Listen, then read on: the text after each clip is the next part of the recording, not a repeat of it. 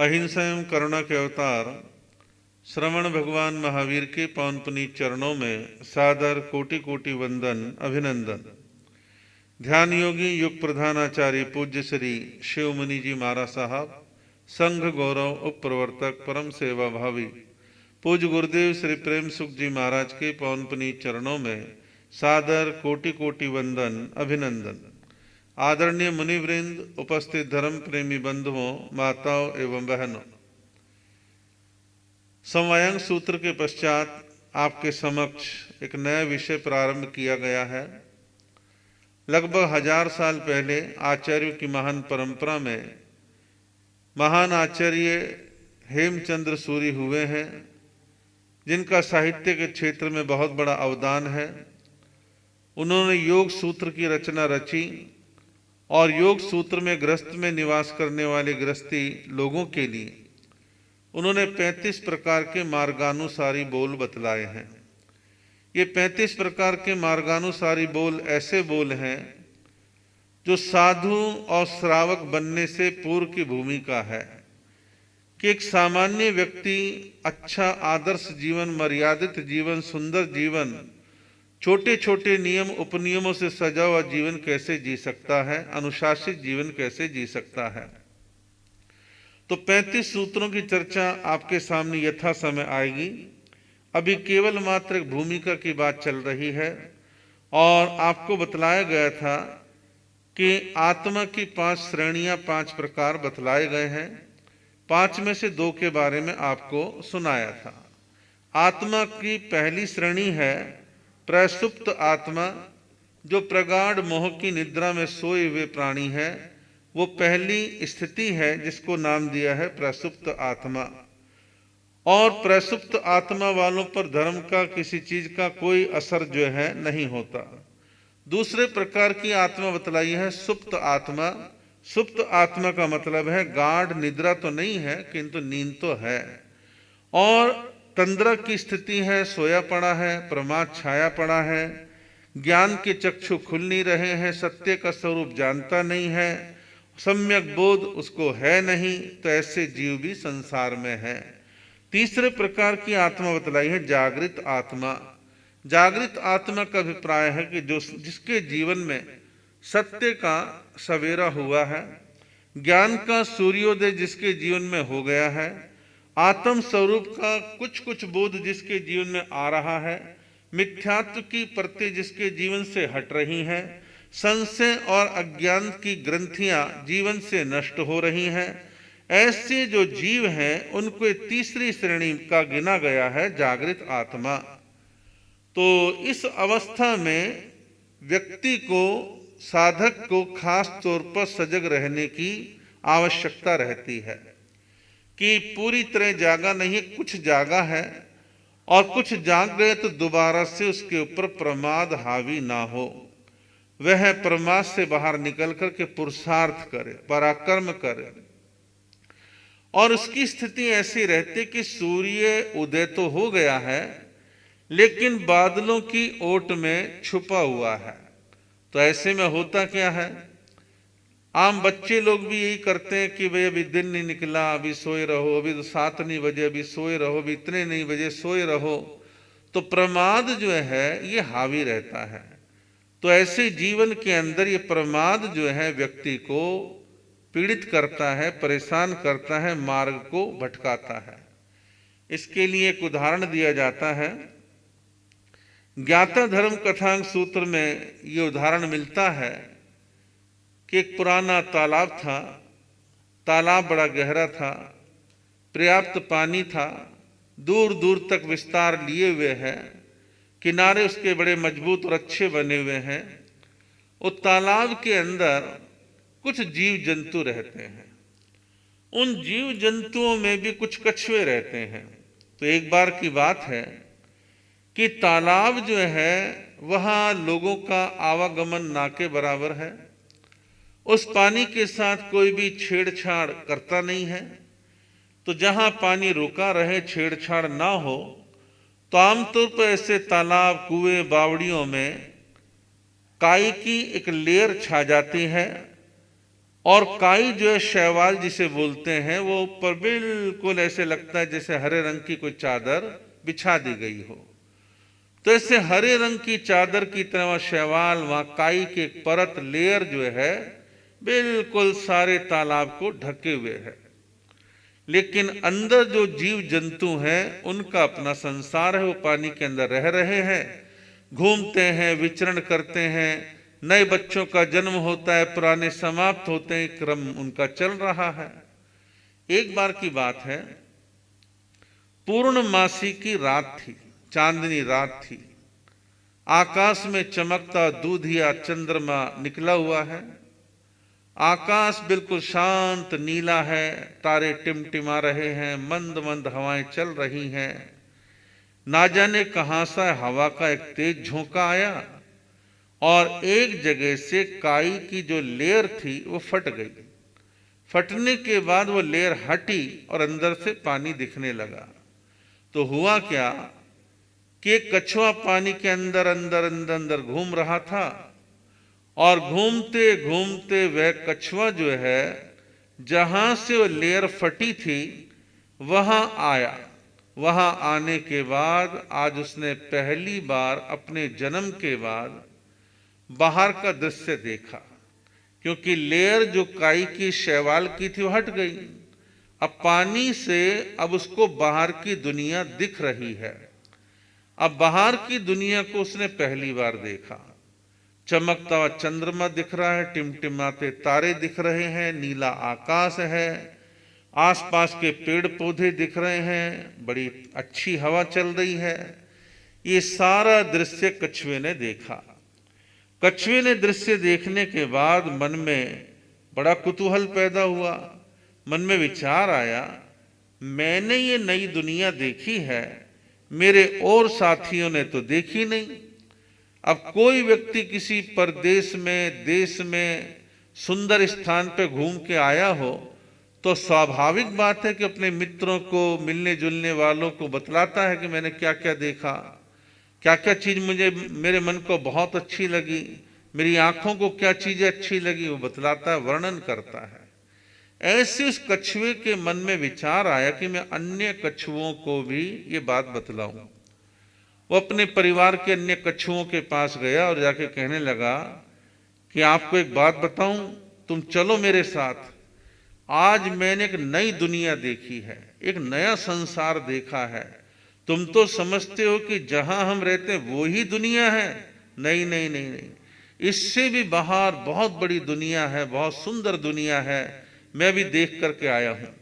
बाकी के कछुओं ने कहा, भांग पी रखी है, नशा कर रखा है, दिमाग चल गया है। अरे भाई, और कोई दुनिया नहीं होती, यही दुनिया है, इसके अलावा कोई दुनिया नहीं है। तो बाकी के कछुओं को बेचारा बार बार आग्रह करता है। जब बार बार आग्रह करता है तो कुछ कछुए उसके साथ चलने के लिए तैयार हो गए।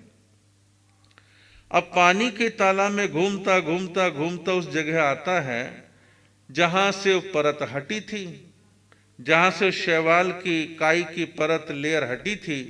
वहां आया, ढूंढता है, देखता है, इसी बीच में क्या हुआ, हवा का झोंका फिर कोई ऐसा चला कि वो फटी हुई लेयर जो है वापसी अपने स्थान पर वैसे के वैसे आकर के बिल्कुल जम गई, सेट हो गई। अब वो बेचारा खूब ढूंढता है, खूब ढूंढता है, लेकिन फटा हुआ स्थान अब उसको नहीं मिलता। जब वो स्थान नहीं मिला तो बाकी के कछुओं ने उसकी खिल्ली उड़ाई, मजाक बनाई, कहने बेवकूफ है, पागल है, हम तो पहले ही कहते थे दूसरी कोई दुनिया नहीं है, अन्य कोई संसार नहीं है, और तू अपनी अपनी बात हाँकता रहता है कि ऐसा नहीं वैसा नहीं, और देख हमने कहा था कोई दूसरी दुनिया नहीं है और यही एक दुनिया है। वो कहता नहीं, देखी तो है, मैंने देखी तो है, लेकिन अब वो जगह दिख नहीं रही है, बाहर की दुनिया दिख नहीं रही है, तो मैं क्या कर सकता हूं, लेकिन दूसरी दुनिया होती है। तो यहां इस घटनाक्रम का एक प्रेरणा सूत्र है कि जीवन में कई बार हमारे को अच्छे संयोग मिलते हैं। अच्छे ज्ञानी विद्वान साधु साध्वियों का योग मिला, लेकिन हम प्रमाद कर गए। अच्छे विद्वान साधु साध्वियों का चातुर्मास हमारे क्षेत्र में हुआ, हम उनके सानिध्य का लाभ लेने से वंचित इसलिए कि हम प्रमाद की नींद में हैं, हम उससे बाहर नहीं आ पा रहे हैं। और यदि हम सही मायनों में जाग जाएं, चीज को समझ लें, तो हमारे जीवन में भटकाव ना हो। उसने बेचारे ने बाहर की दुनिया देखी, औरों को बतलाने के चक्कर में वो लेयर वहां से वापसी अपने स्थान पर आ गई और वो दुनिया उसको दिखनी बंद हो गई। ऐसी बहुत सारे सुंदर, महत्वपूर्ण, कीमती अवसरों को हम लोग दुनिया को सूचित करने में, आलतू फालतू के कामों में, प्रमाद में, आलस्य में अपने जीवन को यूं ही भटकाते रहते हैं। आवश्यकता है कि हम अपने जीवन में प्रमाद की नींद से बाहर आएं, जागें, जागृत होकर के हम दोबारा से प्रमाद में ना खोएं, दोबारा से आलस्य में ना खोएं। दुनिया वालों को जगाने के लिए साधु साध्वियां चातुर्मास काल में, शेखे काल में अनेक प्रकार से पावन प्रेरणाएं देकर के जगाने का प्रयत्न करते हैं। कुछ जीव परमानेंट जाग जाते हैं, कुछ जीव कुछ काल के लिए जागते हैं, केवल चातुर्मास के लिए जागते हैं, संवत्सरी तक जागते हैं, चातुर्मास तक जागते हैं, बाद में फिर दोबारा उसी दुनिया में प्रवेश कर जाते हैं, फिर दोबारा प्रमाद में चले जाते हैं। ऐसा नहीं करना, जीवन में जागृति पैदा करनी है। कहा है, जाग्रहे नरा नित्यम जागर मानस वड्डते बुद्धि। कहा है कि मनुष्य जागो, निद्रा का त्याग करो। जो जागता है उसकी बुद्धि भी जागती है, जो सोता है और अत्यधिक सोता है उसकी बुद्धि भी सो जाती है। तो ये जो तीसरा प्रकार बतलाया है, इस तीसरे प्रकार का अभिप्राय केवल ये है, कुछ कुछ जाग गए हैं, पूरी तरह से नहीं जागे हैं। इसमें हमें जो है प्रमाद को अपने आप पर हावी नहीं होने देना है। चौथे प्रकार की आत्मा बतलाई है उत्थित आत्मा। उत्थित आत्मा, उत्थित आत्मा के लिए कहा है, उठिए नो पमाये, कि उठो, आलस्य त्यागो, प्रमाद छोड़ो। और ये जो है श्रावक धर्म का मार्ग है। श्रावक धर्म का मार्ग जो है वो यही है कि उठो, आलस छोड़ो, प्रमाद को छोड़ो और अपने अच्छे मार्ग पर बढ़ो। प्रमाद को अपने आप पर हावी होने नहीं देना, ये चौथा प्रकार है। पांचवा प्रकार कहा गया है समुत्थित आत्मा। समुत्थित आत्मा का मतलब है सम्यक प्रकार से खड़ा होकर चल पड़ना, सम्यक प्रकार से खड़े होकर के चल पड़ना। प्रमाद नहीं है, बस चलना है, अच्छी दिशा में चलना है, अच्छे मार्ग पर बढ़ना है। ये है समुत्थित आत्मा, सम्यक प्रकार से खड़ा होकर चल पड़ना। आपने अपने आप से कहा कि कल सुबह जल्दी उठूंगा, घूमने जाऊंगा, योगा प्राणायाम करूंगा, ध्यान करूंगा, समायिक करूंगा। तो आप में से बहुत सारे लोग ऐसे होते हैं जो वाकई में उठ भी जाते हैं, सामायिक भी करते हैं, जाप भी करते हैं, घूमने भी जाते हैं, प्राणायाम करते हैं, एक्सरसाइज करते हैं। लेकिन आप में से बहुत सारे लोग ऐसे होते हैं, अरे ठंड हो रही है, कौन उठेगा 4 बजे, फिर देखेंगे, कल से करेंगे, फिर कल आया, फिर कहते नहीं कल से करेंगे। तो ये प्रमाद हावी रहता है। लेकिन पांचवें प्रकार की जो आत्मा है ये जागृत आत्मा है, समुत्थित आत्मा है, कि सम्यक प्रकार से खड़ा होकर चल पड़ना। ये स्थिति जो है छठे गुण स्थान की मानी है कि जीव जाग जाता है और जीवन में व्रत नियमों को ग्रहण करके अच्छे मार्ग पर बढ़ना प्रारंभ कर देता है। कहा है पणिया वीरा महावीही, अर्थात इसका अभिप्राय है कि जो आत्मा महापथ पर चल पड़ती है उसे वीर कहते हैं। कि भाई या तो श्रावक के व्रत ले, महाव्रत ले, कुछ तो चले। तो ये जागृत आत्माओं के कई प्रकार के रूप बतलाए हैं। तो ये जो है उपदेश जो हम लोग देते हैं ये किसके लिए है? ये ज्यादातर उत्थित आत्माओं के लिए है, जो ग्रस्त के लिए है, कि ग्रस्त को प्रेरणा दे करके उसे अच्छे मार्ग पर चलने की प्रेरणा प्रदान करना। ग्रस्त और सदगृहस्थ अंतर है। आम सामान्य गृहस्थी को क्या कहते हैं कि भाई हाँ ये गृहस्थी है, बात खत्म है। ये एक को हम कहते हैं विशेष संबोधन के साथ कि भाई ये जो है अच्छे सदगृहस्थ हैं। सद यानी अच्छा, ग्रस्त यानी गृहस्थी। गृहस्थी है लेकिन अच्छा गृहस्थी है। और अच्छा गृहस्थी किसको कहेंगे? पैसे वाले को, सुंदर को नहीं। अच्छा गृहस्थी, सदगृहस्थ उसको कहा है जिसके जीवन में सद्गुणों का निवास है, उदात्त ऊंची भावनाएं जिसकी है, हमेशा अच्छा सोचता है, कल्याण का सोचता है, औरों की भलाई करने की सोचता है, उदात्त भावनाएं हैं, और जिसके हमेशा उच्च संकल्प हैं कि मेरे को अच्छे ऊंचे संकल्प को लेकर के जीवन में चलना है। और जो जीवन में विचार करता है कि मेरा आचरण कैसा है, मेरा आचरण कैसा होना चाहिए, जो विधि और नियमों का जानकार है, तो ऐसे लोग जो हैं सदगृहस्थ बनते हैं और अपने आप के जीवन को अच्छी दिशा में लगाने का काम करते हैं। अब भूमिका में ही आगे बतलाया गया है कि भाई हर साधक को ये जरूर सोचना चाहिए कि भाई मैं गृहस्थी हूं तो मैं गृहस्थ के व्रतों की ओर बढ़ रहा हूं, साधु हूं तो मैंने महाव्रत ग्रहण करे हैं। तो ये जरूर विचार करे कि भाई धर्म क्या है। धर्म क्या है? तो धर्म की एक सिंपल सी परिभाषा दी है, आत्मा का स्वभाव ही धर्म है। आत्मा का स्वभाव ही धर्म है। और एक इसकी परिभाषा और मिलती है, वत्थु सहाव धम्मो, वस्तु का स्वभाव जैसे धर्म है ऐसे ही आत्मा का स्वभाव हमारा वास्तविक धर्म है। और आत्मा का स्वभाव क्या है कि यह आत्मा ज्ञानमय है, आनंदमय है और वीतरागता इसमें निवास करती है।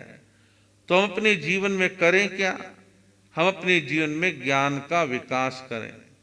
आनंदमय है तो आनंद का विकास करें और वीतरागता के भावों को जीवन में बढ़ाने का प्रयत्न अपने जीवन में हमारे को जरूर करना चाहिए। व्यवहार धर्म और निश्चय धर्म दो चीजें हैं। व्यवहार धर्म से व्यक्ति यानी जीव निश्चय के धर्म की ओर बढ़ता है और बढ़ना चाहिए। अब मान लो कोई व्यक्ति व्यवहार के धर्म में रमा रहे, निश्चय का ख्याल ही नहीं है, तो व्यवहार के धर्म में कितने हम लगे रहे और निश्चय का धर्म नहीं आया तो फिर अधूरापन है। व्यवहार और निश्चय दोनों का संतुलन होना जीवन में आवश्यक है।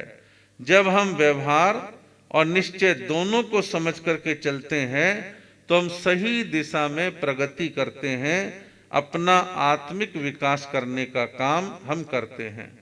यहां पर आचार्य ने, हेमचंद्राचार्य ने व्यवहार धर्म के 4 रूप बतलाए हैं।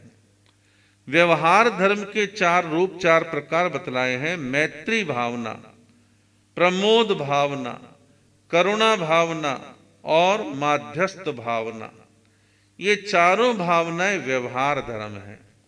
और इन व्यवहार धर्मों को अपनाते व्यक्ति निश्चय धर्म की ओर अग्रसर होता है, निश्चय धर्म की ओर बढ़ने का पुरुषार्थ करता है। तो ये चारों धर्म क्या हैं जो व्यवहार में गिने गए हैं, इनके बारे में जिक्र चर्चा हम आगे करेंगे। और आप में से अनेकों को स्मरण होगा कि पीछे हम समवायांग सूत्र जो सुना रहे थे उसमें लास्ट में आपको एक विषय सुनाया जा रहा था कि 72 प्रकार की कलाएं कौन कौन सी होती हैं। और 72 प्रकार की कलाओं में 50 कलाओं के बारे में आपको बतला दिया था। और 22 सूत्र जो हैं उसके अभी बचे हुए हैं, जिन्हें आप सुनेंगे। और फिर आगे ये जो 35 मार्गानुसारी बोल बतलाए हैं ये लगातार क्रमशः आगे चलते रहेंगे। 51वां सूत्र बतलाते कहा 72 कलाओं में समास। समास का मतलब है प्रत्येक वस्तु के वृत्त का ज्ञान। वृत्त कहते हैं संपूर्ण ज्ञान, पूरा ज्ञान। वृत्त जिसमें सब चीजें, सब पक्ष समा जाते हैं, उसे समास कहते हैं। प्रत्येक वस्तु के वृत्त का ज्ञान। अब मान लो कोई व्यक्ति इलेक्ट्रिकल में प्रवेश कर रहा या प्रवेश किया हुआ है तो इलेक्ट्रिकल के सारे पक्ष आने चाहिए। इलेक्ट्रॉनिक्स में है तो उसके सारी विधाओं के सारे पक्षों की जानकारी हो। कोई हिंदी साहित्य में तो उसे हिंदी साहित्य के समग्र पक्ष की जानकारी हो। तो जहां व्यापकता है, सब चीजें जिसमें समा जाती हैं, उसे प्रत्येक वस्तु का वृत्त का ज्ञान कहते हैं। इसको समास कहा गया है। और 52वीं कला कही गई है चोर कला। चोर कला का मतलब गुप्तचरी और जासूसी करने की कला। अब गुप्तचरी और जासूसी करने की कला ये हर किसी के बस की बात नहीं है। कुछ लोग इतने चालाक, इतने धूर्त होते हैं कि जासूसी गुप्तचरी करने बड़े कला संपन्न होते हैं। बाकायदा सीबीआई में और दूसरी जो राव वगैरह एजेंसियां हैं, इन सब में बाकायदा गुप्तचरी के रंग ढंग सिखाए जाते हैं कि हमने आपको विदेश में भेज दिया है, आप वहां जाके वेश बदल के कैसे रहेंगे, कैसे वहां से भेद लेंगे, कैसे किसकी जासूसी करेंगे, किसके पीछे कैसे पड़ जाएंगे, और धीरे धीरे धीरे धीरे आप सारा भेद लेकर कैसे बतलाएंगे। तो ये गुप्तचरी का काम राजा महाराजाओं के जमाने में भी होता था और आज की सरकारों की भी अपनी अपनी एजेंसियां होती हैं, और उन एजेंसियों को देश में विदेश में सब जगह लगा के रखते हैं। और ये गुप्तचर आम जनता के बीच में प्रवेश कर जाते हैं और आम जनता में क्या चल रहा है, क्या लोगों के विचार हैं, किसके बारे में क्या कुछ चल रहा है, वो सब खोजबीन लगातार प्राप्त करते रहते हैं, अपने प्रमुख लोगों को लगातार सूचनाएं देते हैं। तो गुप्तचरी और जासूसी करना, इसको भी एक कला माना जाता रहा है। 53वां है प्रतिचार कला। प्रतिचार कला का मतलब है ग्रह संचार का ज्ञान, रोगी की सेवा शुश्रूषा का ज्ञान। दो अर्थ दे दिए एक साथ। पहला है ग्रह संचार का ज्ञान। जो 9 ग्रह हैं, उन 9 ग्रहों का संचार कैसा है, इस प्रकार उनके बारे में जानकारी रखना। तो जो ज्योतिष के जानकार होते हैं वो बाकायदा इनके बारे में अच्छे जानकार होते हैं कि कौन ग्रह कहाँ बैठा, उनकी क्या चाल रहती है, कौन ग्रह किसका विरोधी है। तो ग्रहों की चाल को जानना, उनके संचार को जानना। और दूसरा यहाँ अर्थ लिया है रोगी की सेवा शुश्रूषा का ज्ञान। रोगी की सेवा हर कोई नहीं कर सकता।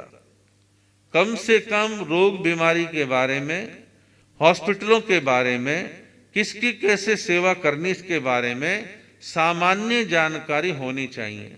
सामान्य जानकारी आप तो है नहीं, संकोची स्वभाव के आप हैं, डॉक्टर नर्स से आप बात नहीं कर पाते हैं, मेडिकल पर्चे आप नहीं पढ़ पाते हैं, तो कैसे किसी की सेवा करोगे। और आप पे नींद हावी रहती है तो आप कैसे किसी की सेवा कर पाओगे। सेवा करने के लिए समर्थ व्यक्ति का होना आवश्यक है। तो रोगी की सेवा शुश्रूषा का ज्ञान होना। 54वां भेद का है व्यूह कला। व्यूह कला कहते हैं घेराबंदी सैन्य संरचना। घेराबंदी सैन्य संरचना। अब मान लो 5000 लोग धरना प्रदर्शन करने के लिए आ रहे हैं, तो पुलिस वालों को ट्रेनिंग दी जाती है कि ऐसी भीड़ का घेराबंदी कैसे करनी। नेताजी के घर में या संसद में लोग घुस ना जाएं तो कहाँ बैरिकेडेड लगाने, कितनी दूर लगाने हैं, और इतने लोगों में कितनी पुलिस की जरूरत पड़ेगी, और पुलिस वाले कब तक संयम रखें, हमारा एक इशारा मिलने के बाद कैसे लाठी चार्ज करना है, कैसे आंसू गैस छोड़नी है, वाटर कैनन कैसे छोड़ना है, ये सब ट्रेनिंग दे करके रखते हैं कि व्यूह रचना कैसे करनी है और किस प्रकार से जो है घेराबंदी करनी है या सैन्य संरचना करनी है। अब बॉर्डर के ऊपर सेनाओं को यूं ही नहीं कि भीड़ इकट्ठी कर देते हैं, तरीका होता है। उनकी पिकेट बनाई जाती हैं और बाकायदा चौकियों के ऊपर 6-6, 10-10, 12-12, 15 के दस्ते रखे जाते हैं, और धीरे धीरे जैसे जैसे रिक्वायरमेंट होते वैसे उनको बदला भी जाता है, संख्या भी बढ़ाई जाती है। तो ये सारे काम मिलिट्री में, पुलिस में लगातार चलते हैं।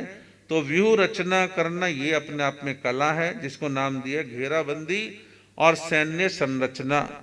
फिर कहा है प्रति व्यूह रचना, शत्रु सेना के प्रतिपक्ष की रचना करना, कि वे शत्रु ने अपनी सेना ऐसे सजाई है तो हमें इसके पक्ष में ऐसे सजाना है विपक्ष में, और हमें कैसे कैसे जवाब देना है।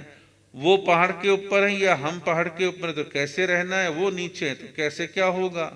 तो इस प्रकार व्यूह रचना। फिर कहा है 56वां स्कंधावार मान। स्कंधावार मान का मतलब है सेना के शिविर, पड़ाव आदि के प्रमाण को जानना, कि सेना के शिविर कहाँ लगाने, कहाँ नहीं लगाने, पड़ाव कहाँ डालना। आमतौर पड़ाव डालने की जगह वो देखते हैं जब पानी पीने की व्यवस्था हो, कुआं हो, बावड़ी हो, तालाब हो, नदी हो, नाला हो, तो वहाँ जो है पड़ाव डालते थे। और आसपास में खाने पीने के साधन मिल जाए, अनाज मिल जाए, तो सेना का शिविर डालना, पड़ाव डालना, ये भी एक समझदारी का खेल है। सुदूर प्रांतों में विहार करने वाले विहार करने के मामले में बड़े सजग रहते हैं। कहाँ कैसा स्थान मिलेगा, नहीं मिलेगा, कितना लंबा विहार करना, नहीं करना, आदि आदि बहुत चीजों का ध्यान रखा जाता है। 57वां कहा है नगर मान। नगर मान का मतलब नगर की रचना को जानना।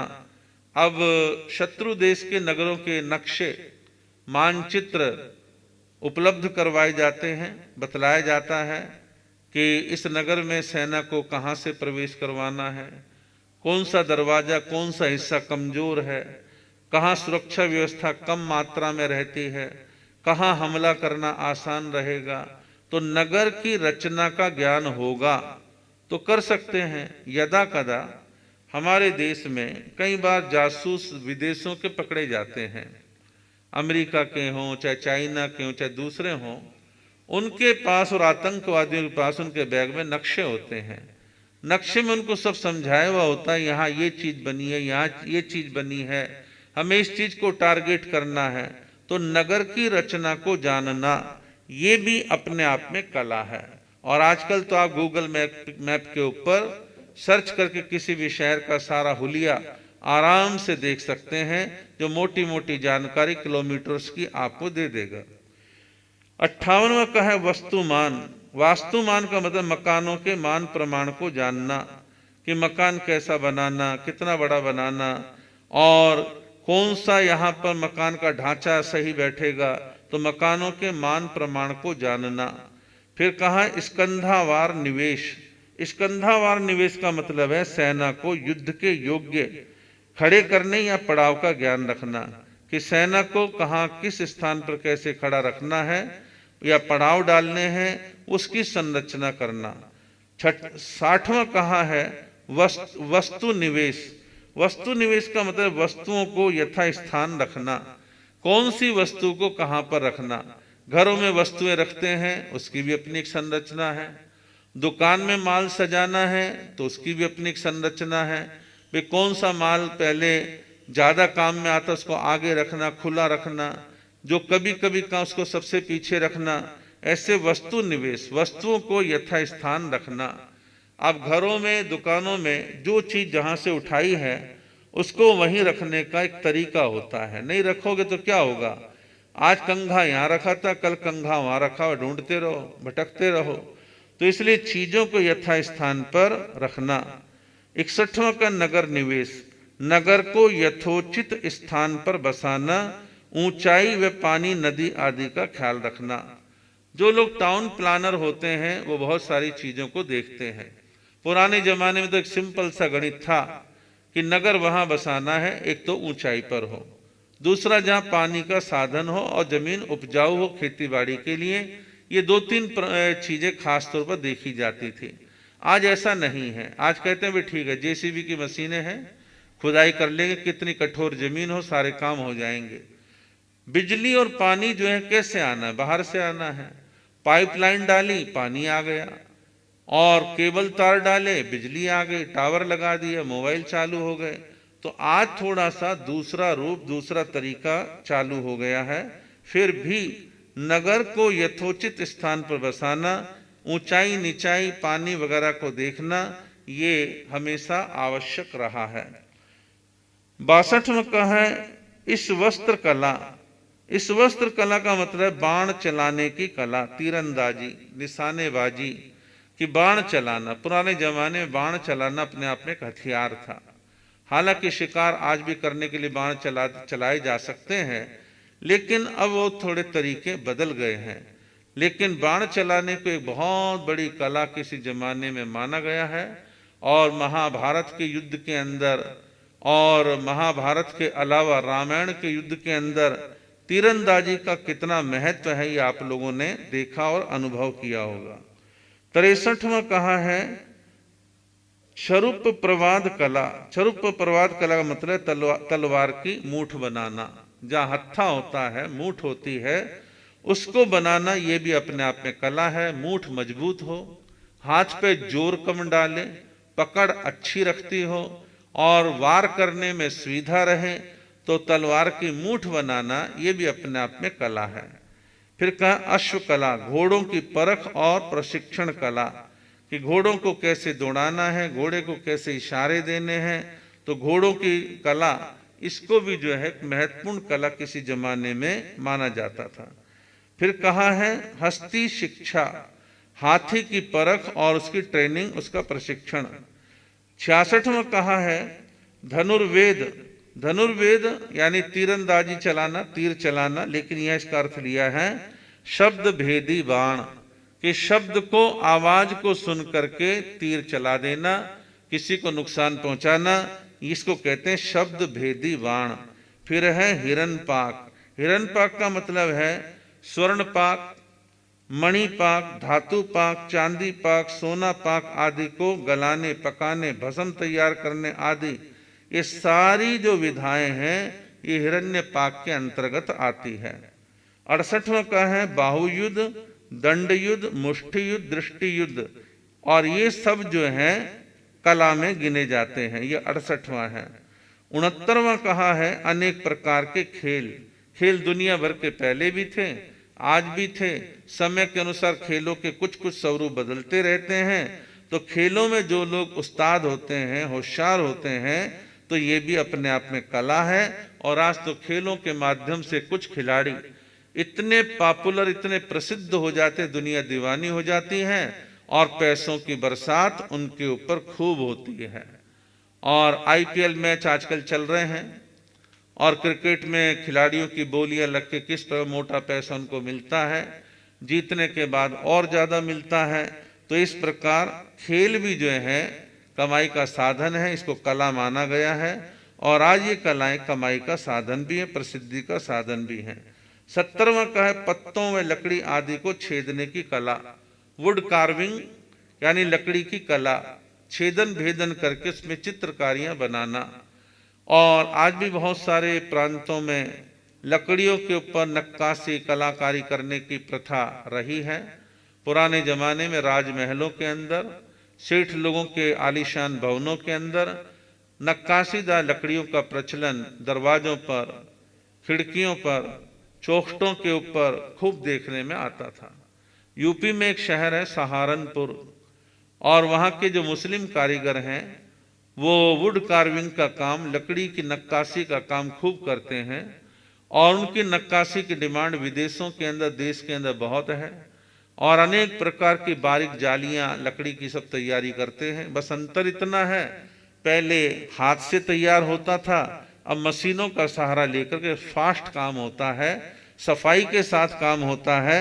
और जो काम वहां कई दिनों में होता था अब कुछ घंटों में हो जाता है। इस प्रकार पत्तों, लकड़ी आदि को छेदने भेदने की कला, ये भी अपने आप में कला है।